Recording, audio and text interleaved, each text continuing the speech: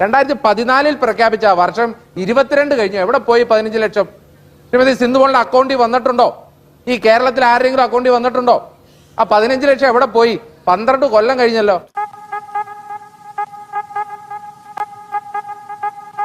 പ്രകാശൻ, അത് രക്ഷാപ്രവർത്തനമായിരുന്നുവെന്ന് മുൻ മുഖ്യമന്ത്രി പിണറായി വിജയൻ വിശേഷിപ്പിച്ച സംഭവത്തിൽ അദ്ദേഹത്തിനെതിരെ കരിങ്കൊടി കാണിച്ച യുവാക്കളെ ഗൺമാൻമാർ തല്ലിച്ചതച്ച സംഭവത്തിൽ പുനരന്വേഷണത്തിന് പ്രത്യേക അന്വേഷണ സംഘം വരുന്നു. അത് രക്ഷാപ്രവർത്തനമായിരുന്നില്ല എന്ന് പ്രതിപക്ഷ നേതാവായിരുന്നുകൊണ്ട് പിണറായി വിജയനെ തിരുത്തേണ്ടി വരുമോ? ഞാൻ പറഞ്ഞുതരാം, വെരി സിമ്പിൾ. ഇപ്പോ 2016 LDFന്റെ ഗവൺമെന്റ് വരുന്ന കാലത്ത് കേരളത്തിന്റെ സാമ്പത്തിക നില എന്താണ് എന്നുള്ളത് നമുക്ക് എല്ലാവർക്കും അറിയാം. 1.5 കൊല്ലത്തെ പെൻഷൻ പോലും കൊടുക്കാൻ ബാക്കിയുള്ള ഒരു ഘട്ടം. എന്നാൽ ഇന്നലെ ബഹുമാനപ്പെട്ട മുൻ ധനകാര്യമന്ത്രി നടത്തിയിട്ടുള്ള പത്രസമ്മേളനത്തിൽ എന്താണ് കേരളത്തിൻ്റെ സാമ്പത്തിക നില എന്നുള്ള കാര്യം കൃത്യമായി വ്യക്തമാക്കിയിട്ടുണ്ട്.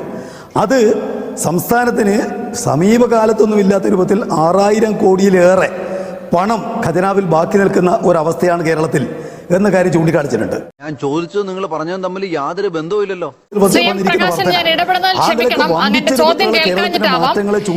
ആദ്യത്തെ ചോദ്യം, മുഖ്യമന്ത്രി ആയിരിക്കെ ഗൺമാൻമാരിറങ്ങി സമരക്കാരെ തല്ലിച്ചതച്ചതിനെ മുൻ മുഖ്യമന്ത്രി രക്ഷാപ്രവർത്തനം എന്നാണ് വിശദീകരിച്ചത്. ആ രക്ഷാപ്രവർത്തനം കോടതി നിർദ്ദേശപ്രകാരം പുനരന്വേഷിക്കാൻ പ്രത്യേക അന്വേഷണ സംഘത്തെ നിയോഗിച്ചിരിക്കുന്നു ആദ്യ മന്ത്രിസഭാ യോഗം.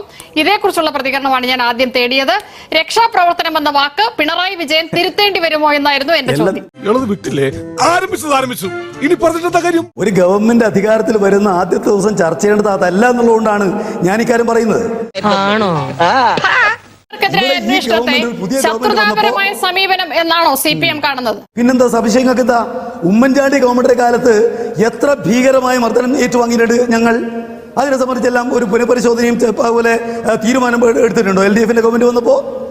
നിങ്ങൾ എന്താണ് ഇപ്പോ ഇത് സംബന്ധിച്ച ചർച്ച? ഇപ്പോൾ നേരത്തെ ഒരു നിയുക്ത MLA ഇത് സംബന്ധിച്ച് പരാതി കൊടുക്കുന്നു, എന്നിട്ട് അദ്ദേഹം പരസ്യമായിട്ട് പ്രഖ്യാപിക്കുന്നു ഇതിന്റെ മേലെ നടപടി ഉണ്ടാവും. അതിപ്പോ ആദ്യമായിട്ട് ബഹുമാനപ്പെട്ട മുഖ്യമന്ത്രി പ്രഖ്യാപിച്ചതല്ല.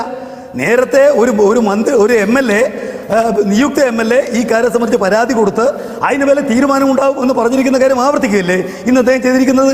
എന്തൊക്കെയാ നിങ്ങൾ പറയുന്നത്? ഒരു പിടിയും കിട്ടലില്ല. ഇവിടെ മുഖ്യമന്ത്രിയുടെ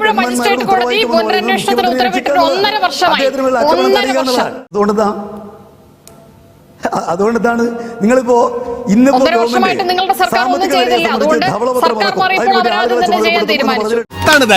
ചെയ്തോ ചെയ്യുന്നതിലൊന്നും എനിക്ക് ഇപ്പൊ യാതൊരു സംശയമില്ല. പക്ഷെ അതാണ് കേരള ഗവൺമെന്റിന് നേട്ടമായി ചർച്ച ചെയ്യേണ്ടത് എന്ന അഭിപ്രായം എനിക്കില്ലെന്ന് ഞാൻ പറഞ്ഞുള്ളൂ. നിങ്ങൾ ചർച്ച ചെയ്യേണ്ട വിഷയം LDF ഗവൺമെന്റിന്റെ കൊള്ളരുതായ്മകളെ ചൂണ്ടിക്കാണിച്ചുകൊണ്ട് അധികാരത്തിൽ വന്നൊരു ഗവൺമെന്റ്, ആ ഗവൺമെന്റ് ചെയ്യുന്ന ആദ്യത്തെ കാര്യങ്ങൾ എന്തെന്നാണല്ലോ ചർച്ച ചെയ്യേണ്ടത്. അല്ലാതെ കഴിഞ്ഞ ഗവൺമെന്റിന്റെ കാലത്ത് നടന്നിരിക്കുന്ന ഒരു കാര്യം അത് പരിശോധിക്കാൻ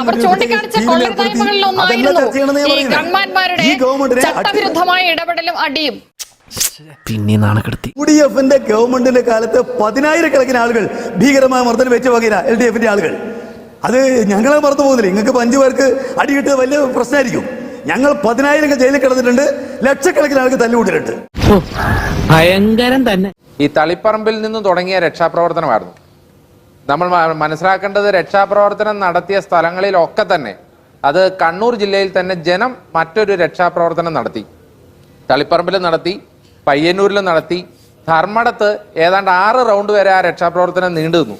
അങ്ങനെ കേരളത്തിലുടനീളം അത് കോതമംഗലത്ത് നടത്തി, അത് പെരുമ്പാവൂര് നടത്തി, അത് ആലപ്പുഴയിൽ വൻ രീതിയിൽ നടത്തി. കാരണം ആലപ്പുഴയിലെ രക്ഷാപ്രവർത്തനത്തിന്റെ പ്രത്യേകത എന്താ? കേട്ടോ, മുഖ്യമന്ത്രിയുടെ ഗൺമാൻമാർ അവർ യാതൊരു പ്രശ്നവും ഉണ്ടാകാതെ കരിങ്കൊടി കാണിച്ച് മാറി നിന്ന് ലോക്കൽ പോലീസ് അറസ്റ്റ് ചെയ്ത് വച്ച 2 പേരെ വണ്ടിയിൽ നിന്ന് യാതൊരു കാരണവുമില്ലാതെ ഇറങ്ങി വന്ന് മൃഗീയമായി തല്ലിച്ചതയ്ക്കുന്ന ദൃശ്യം കേരളം മുഴുവൻ കണ്ടിട്ടും അത് കോടതി അവർക്കെതിരെ നടപടിയെടുക്കാൻ പറഞ്ഞിട്ടും അത് എടുക്കാതെ വന്നപ്പോൾ ഞങ്ങൾ അന്നേ പ്രഖ്യാപിച്ചതാണ് ആദ്യത്തെ മന്ത്രിസഭാ യോഗത്തിൽ ആ കാര്യത്തിൽ നടപടി ഉണ്ടാകുമെന്ന്. KSRTCയുടെ ഗ്യാരണ്ടിയുടെ കാര്യം അത് വലിയ സമരമായിരുന്നല്ലോ. ചില കോമാളി സമരങ്ങൾ വരെ ഇവിടെ നടത്തുകയുണ്ടായി. ഒരു സർക്കാർ അധികാരം ഏൽക്കുന്നതിന് മുമ്പ് ഇവിടെ സമരങ്ങൾ നടത്തിയതൊക്കെ നമ്മൾ കണ്ടതാണ്. ഇത് എന്നെ ഉദ്ദേശാണ്, എന്നെ തന്നെ ഉദ്ദേശാണ്, എന്നെ മാത്രം ഉദ്ദേശാണ്. ഞങ്ങൾ പറഞ്ഞ കാര്യങ്ങൾ മുഴുവൻ ഞങ്ങൾ നടപ്പിലാക്കും, അതിനകത്ത് ഒരു സംശയവും വേണ്ട. കേരളത്തിലെ സാമ്പത്തിക സ്ഥിതിയുടെ കാര്യത്തിൽ വലിയ പ്രശ്നമാണ് ഉള്ളതെന്ന് ഞങ്ങൾ പറഞ്ഞതാണ്. ആ സാമ്പത്തിക സ്ഥിതിയുടെ ഉള്ളിൽ നിന്നുകൊണ്ട് തന്നെ ഞങ്ങൾ പറഞ്ഞ കാര്യങ്ങൾ മുഴുവനായി നടപ്പിലാക്കാൻ പറ്റുന്ന ഇച്ഛാശക്തിയുള്ള ഒരു സർക്കാരാണ് ഇന്ന് ചുമതലയേറ്റിരിക്കുന്നത്. അത് കേരളത്തിലെ ജനം വിശ്വസിച്ച് ഏൽപ്പിച്ചതാണ്. ആ വിശ്വാസം ഞങ്ങൾ കാക്കും. ശ്രീ അബിൻ വർക്കി അദ്ദേഹം ഇതിനെ കോമാളി സമരം എന്ന് മഹിളാ മോർച്ചയുടെ സമരത്തെക്കുറിച്ച് പറയുന്നത് ഞാൻ കേട്ടു. ആയിക്കോട്ടെ, പക്ഷെ ആ കോമാളി സമരത്തിന്റെ പേരിൽ ഇന്ന് തന്നെ മുഖ്യമന്ത്രിക്ക് അദ്ദേഹത്തിന്റെ പ്രകടന പത്രികയിൽ ഉണ്ടായിരുന്ന സൗജന്യ യാത്ര KSRTCയിൽ എന്നുള്ളത് ഇന്ന് പ്രഖ്യാപിക്കേണ്ടി വന്നിരിക്കുകയാണ്. ഈശ്വര, ഇവിടെ ആരുമില്ലല്ലോ ഇതൊന്ന് പറഞ്ഞു ചിരിക്കാനായിട്ട്. വളരെ വ്യക്തമായിട്ടറിയാം, അബിൻ വർക്കിയും പ്രതിപക്ഷത്തിരുന്ന് സമരമൊക്കെ ചെയ്ത ആളല്ലേ. ഈ വാഗ്ദാനങ്ങൾ പാലിച്ചില്ല എങ്കിൽ ഏതു രീതിയിലാണ് ഭാരതീയ ജനതാ പാർട്ടിയുടെ പ്രവർത്തകരുൾപ്പെടെ മഹിളാ പ്രവർത്തകരുൾപ്പെടെ തെരുവിലേക്ക് ഇറങ്ങുക എന്നുള്ളത് നന്നായിട്ട് അറിയാം അബിൻ വർക്കിക്കും. ഇപ്പൊ അബിൻ വർക്കിയുടെ സർക്കാരിനും അത് അറിയാവുന്നതുകൊണ്ട് മനസ്സിലായി ഒരു സർക്കാർ അധികാരത്തിലേറി വാഗ്ദാനം പാലിക്കുന്നുണ്ടോ എന്ന് നോക്കിയിട്ടല്ലേ സമരം ചെയ്യേണ്ടത്. സർക്കാർ സത്യപ്രതിജ്ഞ ചെയ്യും മുമ്പ് എങ്ങനെയാണ് സമരം ചെയ്യുക? അപ്പോൾ അതിനെ പല വിശേഷണങ്ങൾ കേൾക്കേണ്ടി വരില്ലേ? അല്ലല്ലോ നിഷേ, എന്തിനാണ് ഇവർ 15-ാം തീയതി എന്നൊരു ഡേറ്റ് പ്രഖ്യാപിച്ചത്? വളരെ ആവേശത്തില് 15-ാം തീയതി എന്നൊരു ഡേറ്റ് പ്രഖ്യാപിക്കുന്നു. അന്നു മുതൽ സൗജന്യ യാത്ര ഉണ്ടാകുമെന്ന് ഇവിടുത്തെ സ്ത്രീകൾക്ക് ഉറപ്പു നൽകുന്നു. ഇവരുടെ മുഖ്യമന്ത്രി ആരാകും, അല്ലെങ്കിൽ ആരൊക്കെയാണ് ഘടകകക്ഷികളിൽ നിന്ന് 15-ാം തീയതിയാണോ സർക്കാർ അധികാരം ഏൽക്കേണ്ടത് ശ്രീമതി സിന്ധുമോൾ? അതൊന്നും എനിക്കറിയാൻ മേല. ഇങ്ങനെ എന്തെങ്കിലുമൊക്കെ പറയുമ്പോഴേ എന്റെ മനസ്സിനൊരു സന്തോഷം ഉണ്ടാവുള്ളൂ. ഞാൻ എന്റെ സന്തോഷം നോക്കിയാൽ പോരെ. സർക്കാർ അധികാരം ഏൽക്കും മുമ്പ് സർക്കാരിന്റെ ഗ്യാരണ്ടികൾ നടപ്പാക്കും എന്നെങ്ങനെയാണ് തീരുമാനിക്കുക? അതെങ്ങനെയാണ് ആവശ്യപ്പെടുന്നത്? എനിക്ക് അതിന്റെ യുക്തി മനസ്സിലാവുന്നില്ല. ശ്രീമതി സിന്ധുമോൾ ഒന്ന് പറയും. KSRTC എന്ന് പറയുന്നത് ഒരു കോർപ്പറേഷനാണ്. പല ഉത്തരവുകളും ഇവിടെ ചീഫ് സെക്രട്ടറിമാരോ അല്ലാതെയോ ഒക്കെ ഒപ്പിട്ട് നടപ്പിലാക്കാറുണ്ട്. ഈ ഗവൺമെന്റ് വന്നതിന് ശേഷമല്ലേ സർക്കാർ നിയമനങ്ങള്, ട്രാൻസ്ഫറുകള് എത്ര പെട്ടെന്നാണ് നടന്നത്. എത്രയോ സർക്കാർ ട്രാൻസ്ഫറുകള് ഈ ഗവൺമെന്റ് അധികാരത്തിൽ വന്നിട്ടില്ല, UDF ആണ് അധികാരത്തിലേക്ക് വരുന്നതെന്ന് അറിഞ്ഞതിന് ശേഷം എത്രയധികം ട്രാൻസ്ഫറുകൾ ഈ കേരളത്തിൽ നടന്നു. ഈ വിവരക്കാട് പറഞ്ഞതൊക്കെ ഇച്ചിരി മര്യാദ വേണം ഇൻസ്പെക്ടറെ. അപ്പൊ ഇതൊന്നും ചെയ്യാൻ സാധിക്കാത്തതല്ല. ഇതില് മുഖ്യമന്ത്രി വന്ന് ഒപ്പിട്ടിട്ട് മാത്രമേ ഇതാവൂ എന്നൊന്നുമില്ല നിഷ. ഇത് പുതിയ സർക്കാരിന്റെ നയമായി അവർ പ്രഖ്യാപിച്ചിരിക്കുന്നതല്ലേ? ആ നയം നടപ്പാക്കണമെങ്കിൽ സർക്കാർ സത്യപ്രതിജ്ഞ ചെയ്ത് അധികാരമേൽക്കണ്ടേ? എങ്കിലല്ലേ നടപ്പാക്കാൻ പറ്റൂ. അതിനു മുമ്പ് എങ്ങനെയാണ് ട്രാൻസ്ഫർ നടപ്പാക്കിയില്ലേ? അതുകൊണ്ട് പുതിയ നയം നടപ്പാക്കണമെന്ന് പറയുന്നത്. ഇവന് കുറച്ച് ബുദ്ധി ഉണ്ടായിരുന്നെങ്കിൽ മന്ദബുദ്ധി എന്നെങ്കിലും വിളിക്കായിരുന്നു. അതും ഇല്ലാതായി. ഞങ്ങൾ ആ ദിവസം സമരരംഗത്തിറങ്ങിയത് ഒരു സൂചന നൽകലായിരുന്നു. അതിൽ ഞങ്ങൾക്ക് ആക്ഷേപമൊന്നുമില്ല. ഈ വരുന്ന സർക്കാർ അത് കൃത്യമായിട്ട് പാലിക്കണം എന്നുള്ള ഉദ്ദേശത്തോടു കൂടി തന്നെയാണ് ഞങ്ങൾ സമരമുഖത്തേക്ക് ഇറങ്ങിയത്. അതെന്ത് സമരമാണെന്ന് നിങ്ങൾ പേരിട്ട് വിളിച്ചാലും, പക്ഷേ ഇന്നത് പ്രഖ്യാപിക്കേണ്ടി വന്നല്ലോ.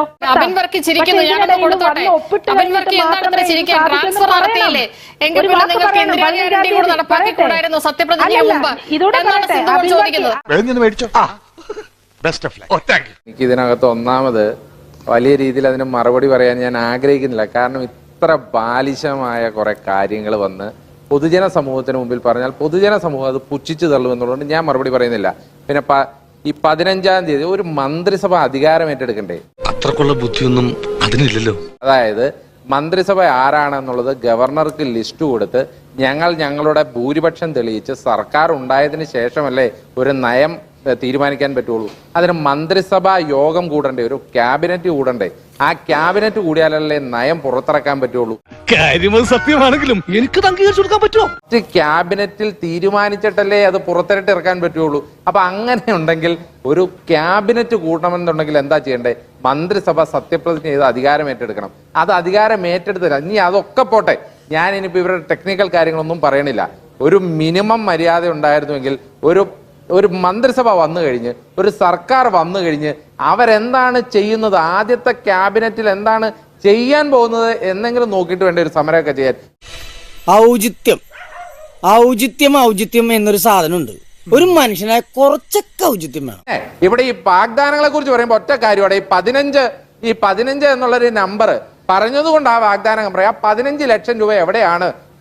ഓർക്കുന്നുണ്ടോ സിന്ധുമോളെ? പ്രിയപ്പെട്ട സിന്ധുമോൾ ഓർക്കുന്നുണ്ടാവില്ലേ? 15 ലക്ഷം 2014 പ്രഖ്യാപിച്ച വർഷം 22 കഴിഞ്ഞു. എവിടെ പോയി 15 ലക്ഷം? ശ്രീമതി സിന്ധുമോളിന്റെ അക്കൗണ്ടിൽ വന്നിട്ടുണ്ടോ? ഈ കേരളത്തിൽ ആരെങ്കിലും അക്കൗണ്ടിൽ വന്നിട്ടുണ്ടോ? ആ 15 ലക്ഷം എവിടെ പോയി? 12 കൊല്ലം കഴിഞ്ഞല്ലോ. കിട്ടിയ മുതലും പലിശ ചേർത്ത് കിട്ടി. ആരും കണ്ടില്ല. വാ, തൽക്കാലം ഇത്രയും മതി. വരട്ടെ.